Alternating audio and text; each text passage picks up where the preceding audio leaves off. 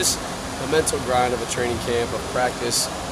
Our tempo is what gets young players. I mean, they got to process, get lined up, and read their triangles, all the things that they need to do. That's what they struggle with now. And the only way to keep getting better at that is playing ball more. So film room's great, but they got to really learn to go out there and do it when they're tired. A couple of weeks ago, pretty much all the starting positions that we see the floor up for grabs. Has anybody kind of started to lock something down, or is it still kind of... It's still in the air. We're going to make a decision here close to game week next week on. But with young receivers, it'll be an ongoing process. I think Pig Howard's asserted himself as a guy that you'll see out there quite a bit. Devin Howard's had a great camp, so you'll see him in there quite a bit. We've had some injuries here and there, so some guys haven't got as much reps as they wanted to. And the freshmen, I had to throw them in there to see what they got, so they'll figure into the mix. As competitive as that position has been, you expect them to that to change maybe week to week somewhat? I mean, behind Pig and Devin, do you think a number of guys will still week to week have a chance to show some things? I hope so, yeah. I mean, I want to build competition all year, yeah. I mean, we're so young and we're just inconsistent right now that, yeah, it's going to be, I want to build competition every week in practice and one-on-ones. I'll chart it, I'll make it competitive within our room. And, everything you do is on film, just press play. And that's how we'll see who's starting lineup's going to be week to week. A lot of the coaches, Coach Jake and Coach Les, we've talked about trying to find the playmakers, the guys that will get you those chunk plays, the 20-yard plays. Do you feel like you have a guy or two that feel like can consistently be a go-to guy? Consistently? I don't know if consistently yet. No, I know who can go get 20-yard plays when they need to, but they haven't shown they can do it consistently yet. I think Pig's a guy, Alton Howard's a guy that can do it. He hasn't done it consistently yet, but I think he's on his way to being more consistent. He's had a decent training camp. Obviously Marquez has shown flashes this camp. Josh Smith has shown flashes this camp. So there's guys in there who have shown flashes to make those plays, but then the next day it'll be a down day because they're young and just Alton's just still learning how to be a go-to guy. He hasn't ever been that yet. So every day is a process on finding. I think we have them, just don't think they're consistently yet, so you can't call them a playmaker yet. Playmakers are always playmakers. These guys are up and down. Is there a way to teach that, or is that just they have to come along and they have to go through the battles? They got to come along. They got to go through the battles. They got to play hurt. They got to play tired. They got to play with me all over them. I mean, they just got to learn how to do that. When they can block all that out and keep making plays, then you call them a playmaker. Zach, Josh has kind of been in the first team really throughout camp. What's he done to kind of pull onto that spot, and what do you like about him? He really hasn't held on to the spot. I need to teach him the offense. That's really all it is. I wouldn't read into him running out there with the first group. It's just me making sure he's getting every rep he can so I can see if he can do it. How much information he can retain when he gets tired. The 2s and the 3s don't get as many reps. I need to see if he can go get a full load of reps, what he can retain, what he can do. He's done a nice job, but he hit a little bit of a wall here towards the end of camp, and so and he's he was out for a little while, so he hasn't had as many practices as everyone else. So I wouldn't read into it too much. If he jogs out there game 1, that's because he has a good week of practice next week.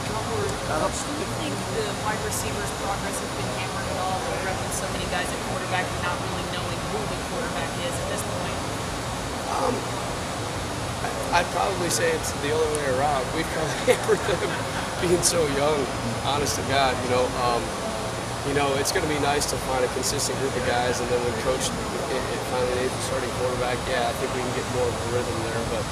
But I think we've probably held them back more than they've held us back. So once we get everything kind of solidified, and I'll tell you what, though, it'll still be a work in progress all season on who those guys are going to be with that guy. Zach, it looked like a couple of times today, maybe Marquez, when you all were doing some perimeter blocking there, that he volunteered to sort of jump back to the front of the line. Is that right? Did he maybe show you a little bit more from a physical standpoint today? Yeah, I've challenged him. I mean, he's a big receiver. He needs to play like a big receiver. He's a very coachable young man. He's a very prideful young man. That's why he'll be a good player here. I can't tell you when it's going to happen, when the light will flash on finally. It's different for everybody, but he's willing. I love guys like that. I'm recruiting guys like that, guys that want to jump out there first in line. That's what we're trying to build here with our whole team. So yeah, I love it, and that's why he'll get better, because he's not hiding. He's right out there. He wants to be the guy. He knows what he's got to work on. He's got a long way to go because he's a young pup, but he's getting better. Paul and Ryan and Jonathan, those guys missing time, have they really kind of put themselves kind of behind the 8 ball in the rotation at this point? Yeah, just because they haven't been out there. I mean, it's hard to, it's hard to gauge what they can do when they haven't practiced. I know Jonathan Johnson's a smart young man and at least has a year under his belt. And quite frankly, we need him in the slot. So he'll come back and he'll fit right back in pretty quick. The other guys are freshmen. What they can jump back in and get going on is, we'll see. You're still bouncing Jason Croom around. Is he out of the slot now, or where do you see him? Where is he going to make the biggest impact? That's a great question. I don't know. I don't know. I'm playing Jason both inside and outside right now. He's kind of a hybrid for us with Jonathan Johnson, not practicing and just Pig and Devin really being in the slot. I put him back in the slot a little bit and I bounced him around a lot to see what he can do, where he can help us, and which has actually helped his game because it's made him learn the concepts more. It's actually helped him. It's helped us that he can be a little versatile. Coach, a lot of people talk about the drops and the catches, but you guys do a lot of stuff from a physical standpoint. How much will blocking at the wide receiver position determine snaps for you guys? Paramount. No blocky, no catchy around here. We block first and foremost. If you don't block, you will not play at the University of Tennessee. Who's your Plain. best? I can't put it any more clear than that. Who's the best blocking wide receiver right now? Just right now. That's a great question.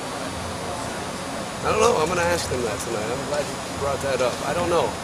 They've all had their moments. Today was nice to see some of those guys jump out in that drill. Like Marquez knew what he needed to work on and keep getting out there and go. But we're work in progress there too. We're not physical enough for me yet, so we'll get there. Back to Croom for a second. Seems Yeah. like still one of those guys who will do something spectacular on one thing and you see everything, and then the next play do something that makes the coaches rip their hair out of his head. Yeah. Or out of your head. Yeah. What is the road to consistency look like for him? Well, you know what? He's not the only one that's inconsistent. He's just a guy that I'm on pretty hard because I need him to come along faster. He's not one of those freshmen. Like, he should be farther ahead than he is right now, quite frankly. He's got a long way to go. I will say this about Jason Croom. I am extremely hard on him. And he just comes back every day with a good attitude and goes right back out there. And I can coach that. They all make me pull my hair out of my head right now because they're young. They're inexperienced, but he's not the only one that's been inconsistent. They've all had their moments. So he's coming along. What are the things that this group maybe has done well that you feel that encourages you for their development for the rest of this year?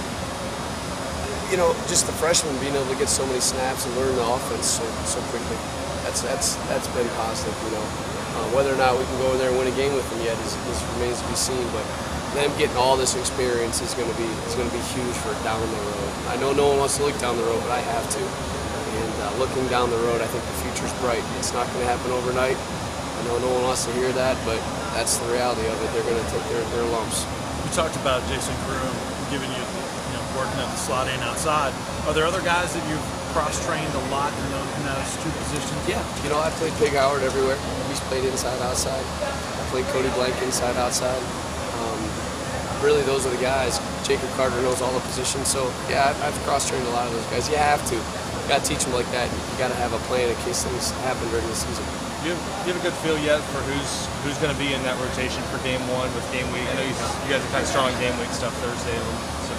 Yeah, I think I have a feel for it right now. But we're so young and inexperienced that it'll be day to day. It really will. You have a good practice on a Tuesday, you come out and you bust your tail, you might jump somebody. There's nobody that said, this is my spot yet. And that's just what it is. So it'll be a day to day, which is good. It'll create some competition too and keep people hungry. Who's the guy that's really stood out? It's day-to-day grind of camp. Is there one guy that's really stood out to you, bringing it every day? You know what? I think I don't know if everyone's brought it every single day. But I think Devin Young has had a pretty good camp. From where he was when I got here in the spring. He didn't know if the ball was pumped or stuffed. I think he's really come along and been really, really working to be a player here.